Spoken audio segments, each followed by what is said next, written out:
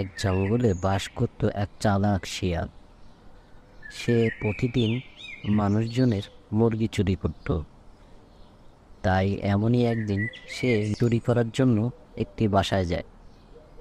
সেই বাসায় অনেকগুলো মুরগি ছাড়া ছিল। শিয়ালটি চুপি চুপে বাসার ভিতরে যায়। সে দেখতে পায় বাসার সামনে অনেকগুলো মুরগি। সে খুশি হয়ে যায়।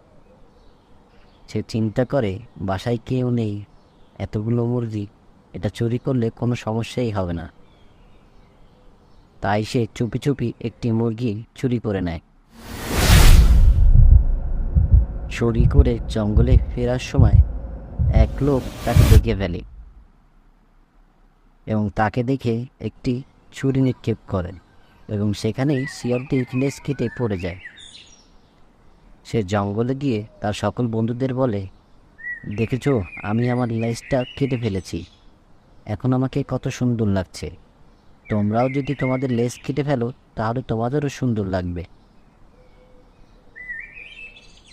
তখনই একটি বান্দর চলে আসে আর সকলকে বলে, তোমরা এই চালাক শিয়ালের মতন তোমাদের লেজ কেটে ফেলো না, কারণ সে মুরগি চুরি করতে গিয়ে তার লেজ কেটে গেছে।